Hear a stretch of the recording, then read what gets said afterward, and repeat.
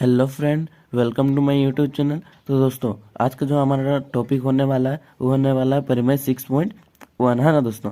तो ये जो एग्ज़ाम में पूछा जाता है ना, 5 नंबर का पूछा जाता है, 10th बोर्ड के लिए बोल रहा हूँ। ये 10th क्लास का है, जो कि परिमेय 6.1 है। इसको थेल्स परिमेय भी बोलते हैं। इसको जो है एग्ज़ाम में 5 नंबर का पूछा जाता है ना दोस्तों। तो चलिए हम लोग वीडियो को देर ना करते हुए हम लोग स्टार्ट करते हैं। इसे किस तरह से सिद्ध करें कि हम लोग को जो है क्या हो जाए, 5 के 5 नंबर पूरा मिल जाए। तो चलिए वीडियो को देर ना करते हुए स्टार्ट करते हैं, है ना। तो दोस्तों, ये हम लोग का जो कथन बोला है इसको हम लोग कथन बोलते हैं। तो ये जो परिमेय बोल रहा है, क्या बोल रहा है कि यदि किसी त्रिभुज की एक भुजा के समांतर, तो सबसे पहले बोल रहा था कि यदि किसी त्रिभुज की, तो सबसे पहले हम लोग को एक त्रिभुज बनाना होगा। तो मैं यहाँ पे एक त्रिभुज बना दे रहा हूँ, है ना। ये हम लोग का एक त्रिभुज हो गया। त्रिभुज कर बना दिया, तो अब इसका नाम दे देते हैं। इसका नाम दे देंगे ए, इसको दे देते हैं बी, इसको सी। तो आप जो है कुछ भी नाम दे सकते हैं, लेकिन जो नाम देंगे ना वो सीरियली होना चाहिए। जैसे ABCPQRLMN, उस तरह से जो है सीरियली होना चाहिए, है ना। फिर देखिए आगे बढ़ते हैं। यदि किसी त्रिभुज की एक भुजा के समांतर अन्य दो भुजाओं को भिन्न भिन्न बिंदुओं पर प्रतिच्छेद करने वाली एक रेखा खींची जाए, तो ये अन्य दो भुजाएं एक ही अनुपात में विभाजित हो जाती है। मतलब बोल ये रहा है कि इस त्रिभुज में हम लोग को एक ऐसा रेखा खींचना है ना जो किसी एक रेखा के समांतर हो। मान लीजिए हम लोग BC के समांतर एक रेखा खींचेंगे। BC के समांतर मतलब आप पूछेंगे क्या होता है सर। समांतर मतलब होता है ना कि कोई दो रेखा है। मान लीजिए ये एक रेखा है और ये एक रेखा, कोई दो रेखा है। ये जो इसको अगर हम लोग अनंत तक बढ़ाते जाएंगे ना, अनंत तक, इन्फिनिट तक, अनंत तक बढ़ाते जाएंगे ना, तो ये जो है इसका जो डिस्टेंस होने वाला है वो बराबर रहेगा। सेम यहाँ भी जितना डिस्टेंस रहेगा अनंत में भी जाकर उतना ही डिस्टेंस रहेगा, है ना। सेम डिस्टेंस रहेगा, तो उसको बोलते हैं समांतर। हाँ, तो यदि क्या बोला है, एक की भुजा के समांतर, क्या बोला यहाँ पे भुजा होता है, सॉरी दोस्तों, यहाँ पे जो है क्या हो जाएगा, भुजा हो जाएगा। एक भुजा के समांतर अन्य दो भुजाओं को भिन्न भिन्न बिंदुओं पर प्रतिच्छेद करने वाली एक रेखा। मतलब एक भुजा का समांतर, तो इस भुजा के समांतर हम लोग खींचते हैं। अब जो इस भुजा के समांतर भी ले सकते हैं, इस भुजा के समांतर भी ले सकते हैं। तो आपको जो है फिर भी आपको जो है इस भुजा का समांतर लेना है। तो इस भुजा का समांतर लेंगे, समांतर लेंगे, इस भुजा का समांतर तो लेंगे। बाकी ये भी ध्यान देना होगा कि ये जो समांतर भुजा ले रहे ना, बाकी दो भुजा को समान अनुपात में विभाजित कर रहा है। मतलब बाकी दो भुजा क्या है, AB और AC को जो समान समान अनुपात में विभाजित कर रहा है ना। मतलब यहाँ पर अगर रेखा लेते हैं ना, तो यहाँ से यहाँ का डिस्टेंस जितना होगा, यहाँ से यहाँ का भी डिस्टेंस उतना ही होगा।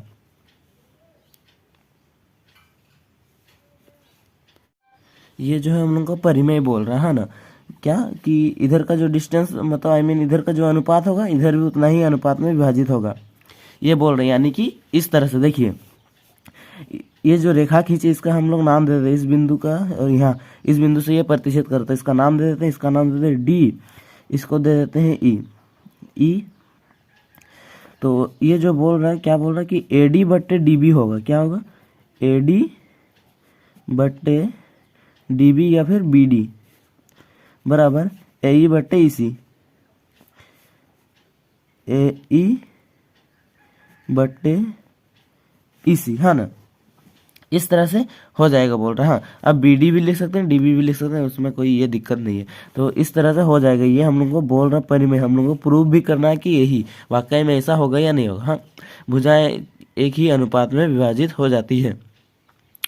तो फिर से एक बार पढ़ लेते हैं। यदि किसी त्रिभुज की एक भुजा के समांतर अन्य दो भुजाओं को भिन्न भिन्न बिंदुओं पर प्रतिच्छेद करने वाली एक रेखा खींची जाए, तो ये अन्य दो भुजाएं एक ही अनुपात में विभाजित हो जाती है। मतलब एक भुजा के समांतर, हम लोग इस भुजा के समांतर जो एक रेखा खींचे, देखिए एक रेखा खींचेंगे नहीं, DE एक रेखा खींचे जो कि AD को BD, यानी कि AD बट्टे BD, यानी कि क्या हो रहा है, एक ही अनुपात में AD जितना होगा ना उतना ही DB होगा या फिर BD होगा। ये हम लोग को बोल रहा है ना। तो हम लोग लिख लेते हैं। हाँ, अभी हम लोग लिखेंगे हल। क्या लिखेंगे, इधर लिख लेते हैं हल। देखिए इधर लिख लेते हैं हल।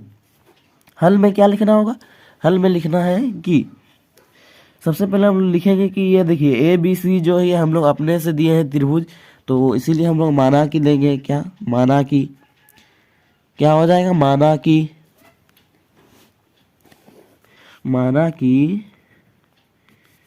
ए बी सी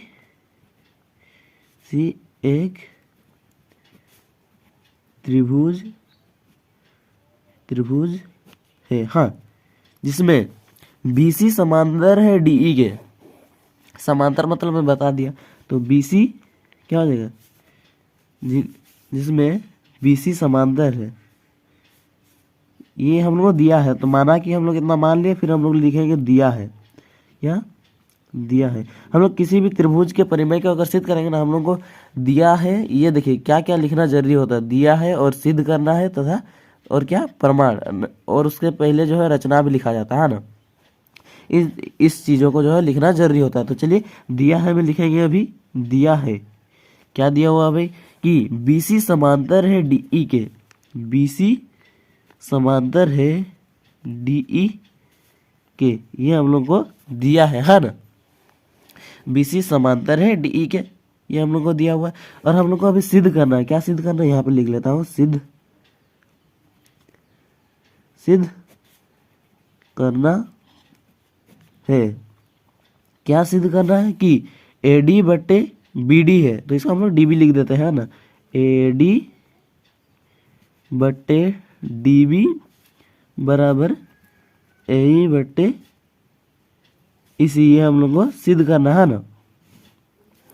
ये हम लोग सिद्ध करेंगे, तो सिद्ध करने के लिए हम लोग को रचना करना जरूरी होता है। जैसे कि मैं बोला, ये फर्स्ट स्टेप हो गया, सेकंड स्टेप हो गया, दूसरे जो तीसरा स्टेप जो हो क्या हो जाएगा, रचना हो जाएगा। क्या रचना, तो हम लोग को रचना करना जरूरी है सिद्ध करने के लिए। रचना में हम लोग क्या करेंगे ना, यहाँ पे जो है कुछ बदलाव लाएंगे, यानी कि हम लोग जो है रचना में ये करेंगे कि B को जो है E से मिलाएंगे, और क्या करेंगे, D को C से मिलाएंगे। तो अब हम लोग मिला देते हैं, देखिए B को E से मिलाते हैं, फिर D को जो है C से मिलाते हैं, या C को D से मिलाते हैं ना, बात बराबर है। D को C से मिला या C को D से मिला, लेकिन इस तरह से आपको मिलाना है ना। फिर हम लोग लिख लेंगे कि D को C से, क्या सबसे पहले B को E तथा C को D से मिलाए। क्या क्या मिलाए, हाँ ना, क्या क्या मिलाए, हाँ मिलाए। फिर देखिए मिलाए, फिर हम लोग और एक रचना करेंगे ऊपर वाले में। देखिए ऊपर वाले में हम लोग एक लंब लेंगे। क्या लंब लेंगे कि त्रिभुज, ये देखिए इस पर एक लंब डालेंगे, AD पर एक लंब डालेंगे और AE पर एक लंब डालेंगे। कैसे डालेंगे, तो देखिए यहाँ से एक लंब लेंगे, इस तरह से एक लंब लेंगे, है ना, ये हम लोग का लंब हो जाएगा। फिर यहाँ से एक लंब डालेंगे, यहाँ पे देखिए यहाँ पे एक लंब डालेंगे, हाँ, लंब मतलब 90 डिग्री, इसको ऊंचाई भी बोलते हैं, है ना।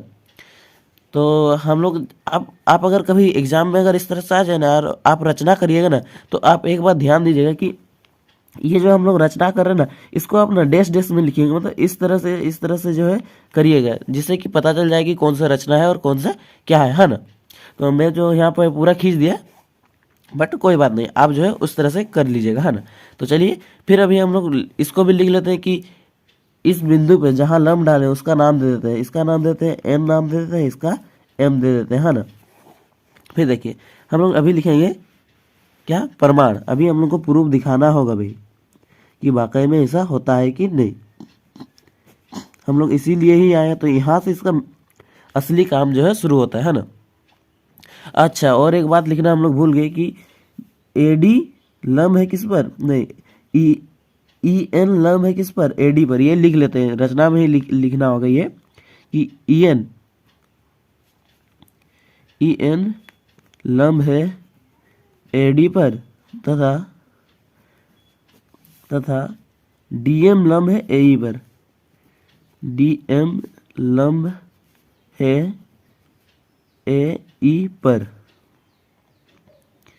हाँ ये हो गया। अब हम लोग प्रमाण में लिखेंगे, प्रमाण में क्या लिखेंगे, तो सबसे पहले हम लोग ना इस वाले लंब को लेकर, लंब मतलब ऊंचाई होता है, इस वाले लंब को लेकर, देखिए EN लंब को लेकर, या फिर बोल सकते हैं कि त्रिभुज ADE और त्रिभुज BDE से पहले हल करेंगे, बाद में त्रिभुज इधर वाले साइड के त्रिभुज से हल करेंगे। तो सबसे पहले हम लोग इधर वाला लेंगे, यानी कि ADE और BDE से हल करेंगे। तो सबसे पहले हम लोग लिख लेते हैं त्रिभुज ADE में, ADE में क्या हो जाएगा, त्रिभुज ADE में क्या करेंगे ना कि हम लोग तो जानते हैं इसमें जो त्रिभुज का क्षेत्रफल निकालने वाला फॉर्मूला बैठा देंगे। आपको यदि नहीं पता है ना तो आप देखिए ध्यान से, आपको पता चल जाएगा। तो हम लोग लिखेंगे कि त्रिभुज ADE का क्षेत्रफल, तो इतना लिखने से अच्छा हम लोग थोड़ा शॉर्टकट में लिख लेते हैं एरिया ऑफ AR, है ना, area of triangle ADE, triangle मतलब त्रिभुज, एरिया ऑफ त्रिभुज ADE में, ADE है ना, में क्या हो जाएगा, इसमें जो आप हिंदी में भी लिख सकते हैं त्रिभुज ABC में। तो इतना लिखे ABC का क्षेत्रफल, हाँ त्रिभुज ABC का क्षेत्रफल, इतना लिखने का जरूरी नहीं है, डायरेक्ट इतना लिख देना है कि AR, एरिया का शॉर्ट फॉर्म होता है AR यानी कि एरिया ऑफ ट्रायंगल त्रिभुज ADE क्या हो जाएगा, हम लोग अभी लिख देना त्रिभुज का क्षेत्रफल, यानी कि इस त्रिभुज में, कौन सा त्रिभुज में, देखिए सबसे पहले मैं साइड में आपको ड्रॉ करके बता दे रहा हूँ कि त्रिभुज ADE में, यानी कि ये वाला त्रिभुज है ADE में, ADE त्रिभुज जो लेंगे ना हम लोग इधर साइड का ले रहे हैं ADE, तो इधर साइड का ले रहे हैं, तो इसका लंब लेना है, इसका लंब लेना है, ये वाला जो लंब है ना इसको लेना है, इस लंब को लेकर हम लोग को आगे सोल्व करना है, यानी कि n को।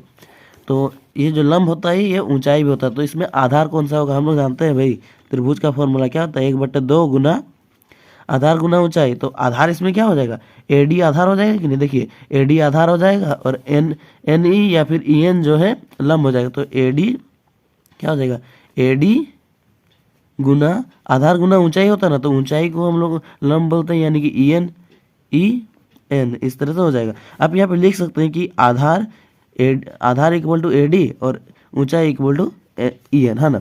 तो आगे मैं देखता हूँ क्या हो जाएगा, इसको हम लोग समीकरण 1 मान लेते हैं, है ना, समीकरण 1 मान लेते हैं। फिर हम लोग क्या करेंगे, त्रिभुज BDE में, त्रिभुज BDE में, तो यहाँ पे लिख देता हूँ त्रिभुज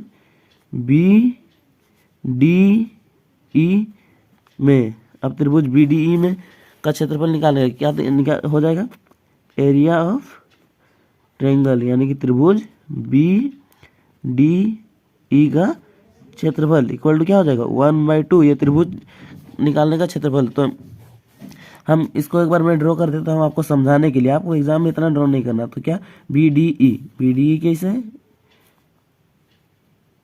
इस तरह से जो आपका त्रिभुज BDE है, हाँ ना,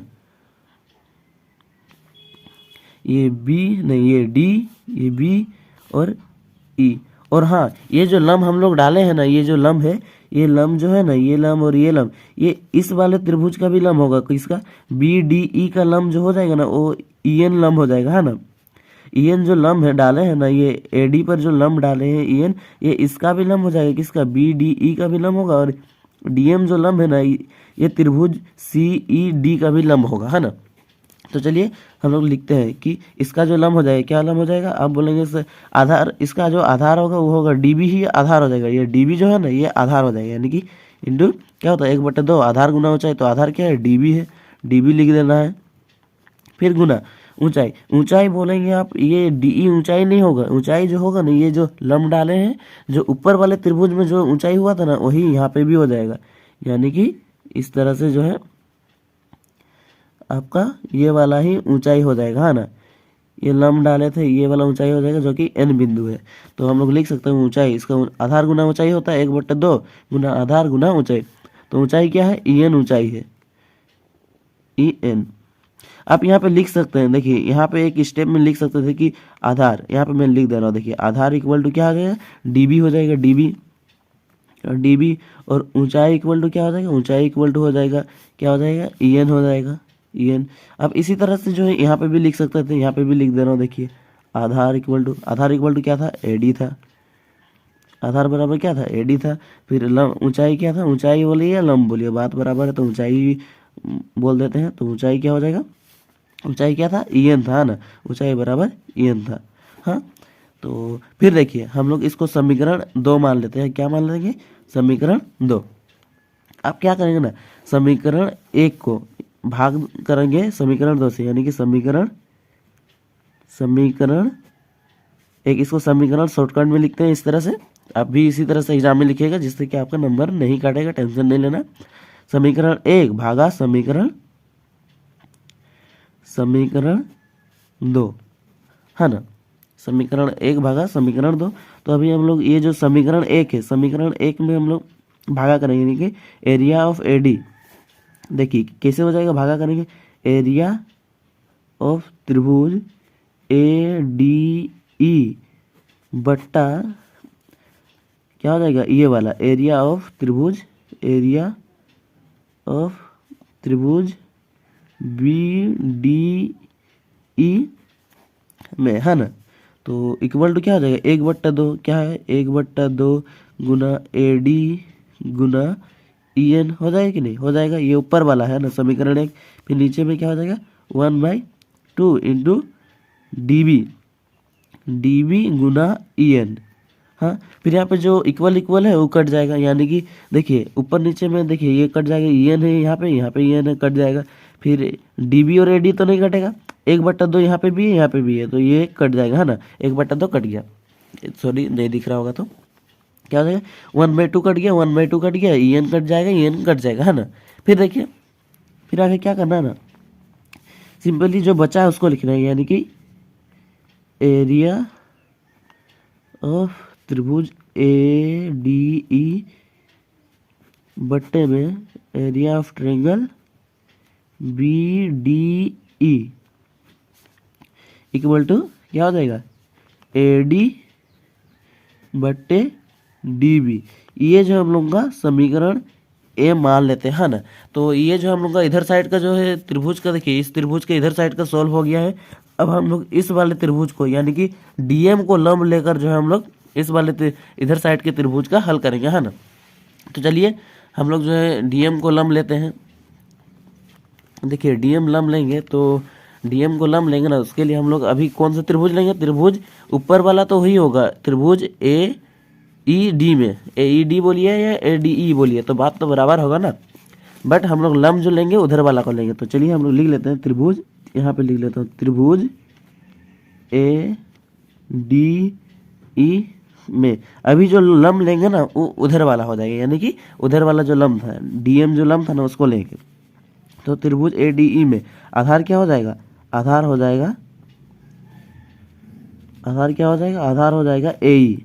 रुकिए मैं आपको दिखा देता हूँ ना, ए। और ऊंचाई क्या हो जाएगा, ऊंचाई हो जाएगा हम लोग का, ऊंचाई हो जाएगा हम लोग डीएम, है ना, डीएम। देखिए हम लोग का ऊपर वाला त्रिभुज कैसा है, इस तरह है हम लोग का त्रिभुज ए डी ई, इस तरह से। तभी जो हम लोग हल किए थे तो इस वाले को लंब लिए था ना, तो अब जब हल कर रहे हैं ना तो इस वाले को लंब लेंगे, इस वाले त्रिभुज को, इस वाले को जो है लंब लेंगे, यानी कि डी ये एम बिंदु, है ना। इसको लंब लेकर हल करेंगे तो देखिए क्या हो जाएगा, आधार गुना ऊंचाई, इसको हल करेंगे त्रिभुज यानी कि area of triangle A D E is equal to 1/2 into आधार गुना ऊंचाई A E Guna D M. हाँ, फिर क्या हो जाएगा, इसको समीकरण 3 मान लेते हैं, है ना। फिर देखिए फिर आगे हल करेंगे, क्या हो जाएगा, दूसरा त्रिभुज, अभी त्रिभुज ई, देखिए त्रिभुज कौन सा त्रिभुज लेंगे, यहाँ देखिए त्रिभुज सी ई डी लेंगे, कौन सा त्रिभुज सी ई डी लेंगे, है ना। तो देखिए सी ई डी लेते हैं, त्रिभुज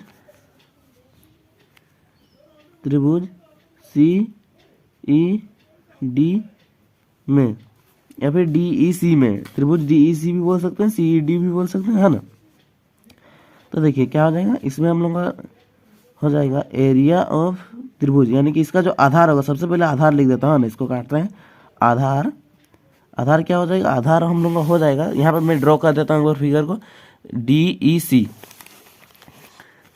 DEC आप इसको ना DEC ही लिखिए तो अच्छा रहेगा। तो चलिए CED भी कोई दिक्कत नहीं है, हम लोग का कुछ इस तरह से जो है त्रिभुज बन जाएगा, हाँ ना, कोई दिक्कत नहीं है, आप इस तरह से लिख लीजिए CED। बट इसका जो लंब आएगा वो कौन सा वाला हो जाएगा, ये वाला उसका लंब हो जाएगा, है ना, ये वाला उसका लंब हो जाएगा M बिंदु। आधार क्या हो जाएगा, आधार हो जाएगा हम लोग का EC हो जाएगा, EC। और ऊंचाई क्या हो जाएगा, ऊंचाई जो हो जाएगा ना वो हो जाएगा हम लोग का क्या हो जाएगा, DM ऊंचाई हो जाएगा, DM। हाँ फिर देखिए, फिर क्या करना है, अब इसको त्रिभुज का फॉर्मूला में बैठा देना, एरिया ऑफ ट्रायंगल CED या फिर DEC। तो CED में बोल रहे, सॉरी दोस्तों गलत बहुत ज़्यादा हो रहा, सॉरी उसके लिए। इक्वल टू क्या हो जाएगा, एरिया ऑफ त्रिभुज CED में क्या हो जाएगा 1/2 इंटू आधार गुना ऊंचाई, आधार क्या है EC गुना ऊंचाई क्या है DM। हाँ ये हम लोग का समीकरण नंबर 4 है ना। फिर अभी हम लोग समीकरण 3 को भागा करेंगे 4 से, तो हो जाएगा हम लोग का उसी तरह से करना जो पहले किए थे, समीकरण 3 भागा समीकरण 4 समीकरण 4 है ना। तो भागा करेंगे यानी कि एरिया ऑफ त्रिभुज ये वाला है ना, ADE बटने में लिखते हैं एरिया ऑफ त्रिभुज क्या CED बराबर क्या आ जाएगा 1/2 ये ऊपर वाला इंटू AE गुना DM बट्टे में हो जाएगा 1/2 गुना EC गुना DM। हाँ तो DM देखिए यहाँ पे कट जाएगा, हाँ ये मर लड़के जो है कट जाएगा, और ये भी जो है मर लड़के भाई कट जाएगा, ये बोलेगा हम लोग का जो है यहाँ पे कुछ काम नहीं है। फिर जो हम लोग क्या बचा, हम लोग का बच जाएगा AE/EC, हाँ ना। इसको हम लोग इक्वेशन नंबर B मान लेते हैं। हाँ फिर हम लोग देखिए इधर लिखेंगे, हाँ इधर लिखेंगे, यहाँ पे लिख देते हैं एरिया ऑफ ट्रायंगल ADE, फिर एरिया ऑफ ट्रायंगल CED, हाँ इक्वल टू इतना। इसको इक्वेशन नंबर A और B मान ली। अब हम लोग जानते हैं, देखिए इसमें हम लोग का ये बराबर हो गया त्रिभुज, देखिए हम लोग क्या सिद्ध करना था कि त्रिभुज AD/BD बराबर AE/EC। तो हम लोग यहाँ पे देखिए AD/DB क्या है, AD/DB आ गया, फिर देखिए AE/EC आ गया। हाँ लेकिन हम लोग यहाँ देखिए यहाँ पे क्या हो रहा है, यहाँ पे त्रिभुज ADE बट्टे त्रिभुज BDE हो रहा, और यहाँ पे देखिए त्रिभुज ADE बट्टे CED हो रहा, मतलब ये जो है नीचे वाला जो है बराबर नहीं हो रहा। तो इसको बराबर करेंगे तो कैसे करेंगे, तो देखिए हम लोग जो आप लोग ना 9th क्लास में एक चीज़ पढ़े होंगे, है ना, अगर नहीं पढ़े ना तो भी कोई बात नहीं। देखिए हम लोग जानते हैं कि, यहाँ पे लिख देता हूँ, हम जानते हैं कि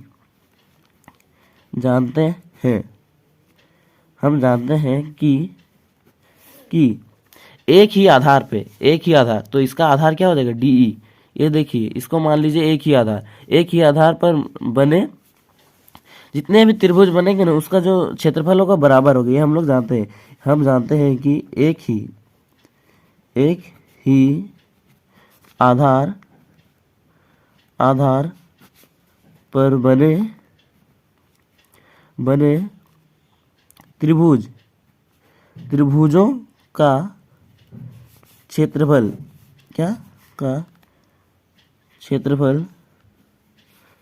बराबर होता है। क्षेत्रफल जो होता है क्या होता है, बराबर होता है। यानी कि हम लोग बोल सकते हैं कि त्रिभुज, ये देखिए ये त्रिभुज BDE और त्रिभुज CED जो है ये एक ही आधार पर बना है ना, इस आधार पर बना है, किस आधार पर, DE पर बना है। तो इसका जो कौन सा, देखिए त्रिभुज ये वाला आधार पर बना है यानी कि DE आधार पर बना है, तो इसका जो क्षेत्रफल आएगा ना त्रिभुज CED और त्रिभुज BDE का, उसका जो है बराबर हो जाएगा। यानी कि हम लोग यहाँ लिख सकते हैं कि त्रिभुज, एरिया ऑफ त्रिभुज बी क्या हो जाएगा, बी डी ई और C E D, B D E बराबर त्रिभुज सी ई डी, है ना, सी डी ये जो है बराबर आ जाएगा, हाँ, एरिया ऑफ, और ये भी एरिया, इसका जो एरिया है वो बराबर हो जाएगा, है ना। तो हम लोग लिख सकते हैं, इससे हम लोग ये चीज़ हम लोग जानते हैं ना, किसके आधार पर जानते हैं, हम लोग जानते हैं कि एक ही आधार पर बने त्रिभुज का क्षेत्रफल जो है बराबर होता है। तो इस तरह से हो जाएगा, है ना। फिर हम लोग यहाँ पे देख सकते हैं कि एरिया ऑफ त्रिभुज बी डी ई बराबर है एरिया ऑफ त्रिभुज सी ई डी के। तो हम लोग एरिया ऑफ त्रिभुज सी ई डी के जगह में ये वाला त्रिभुज एरिया ऑफ त्रिभुज बी डी ई को लिख सकते हैं कि नहीं लिख सकते हैं, या फिर त्रिभुज बी डी ई के जगह में त्रिभुज सी ई डी को लिख सकते हैं कि नहीं लिख सकते हैं। तो इसी तरह से हम लोग कर सकते हैं। अभी इसी तरह से हम लोग कर सकते हैं कि देखिए क्या कर सकते हैं कि त्रिभुज ए बी सी में, नहीं त्रिभुज बोले समीकरण ए तथा बी में, समीकरण ए और बी से हो जाएगा, बी से करेंगे हम लोग। अगर बी डी ई यानी कि सी ई डी, देखिए यहाँ पे हम लोग सी ई डी है, सी ई डी के जगह पे हम लोग क्या बी डी ई लिख सकते हैं। यहाँ पे बी डी ई है, यहाँ पे भी B D E, C D के जगह में बी डी ई लिख सकते हैं कि नहीं। तो मैं लिख दे रहा हूँ, देखिए एरिया ऑफ त्रिभुज ए डी ई बट्टे एरिया ऑफ त्रिभुज B D E equal to A E बट्टे इसी हो जाएगा, है ना। यानी कि यहाँ पे हम लोग डायरेक्ट लिख सकते हैं कि उधर लेफ्ट हैंड साइड बराबर हो गया तो ऑटोमेटिक राइट हैंड साइड भी बराबर हो जाएगा। यानी कि ए डी बट्टे डी बी बराबर हो जाएगा, क्या हो जाएगा, बराबर हो जाएगा ए ई बट्टे ई सी, ए ई बट्टे ई सी, है ना। क्यों, क्योंकि इसका लेफ्ट हैंड साइड देखिए बराबर हो रहा है। ए देखिए ए वाला इक्वेशन यहाँ पे देखिए त्रिभुज ए डी ई बट्टे बी डी ई हो रहा है, और यहाँ पे भी देखिए त्रिभुज ए डी ई बट्टे बी डी ई हो रहा है। कैसे हो रहा है, तो मैं बता दिया आपको कि एक ही आधार पर बने त्रिभुजों का क्षेत्रफल बराबर होता है। इसके आधार पर जो है हम लोग का वो वाला हो जाता है बराबर, है ना। तो ये जो हम लोग का तो हम आ गया, देखिए ए डी बट्टे डी बी बराबर ये आ गया। तो हम लोग को क्या सिद्ध करना था, यही प्रूफ करना था। आप जो अभी एकदम से इतना कॉन्फिडेंस के बाद कॉन्फिडेंस प्रूफ लिख दीजिएगा ना कि आपका जो है एक को नंबर कटेगा नहीं। तो दोस्तों आई होप कि समझ में आया होगा आपको ये टॉपिक। अगर नहीं समझ में आया ना तो वीडियो को एक बार फिर से ज़रूर से देखें दोस्तों।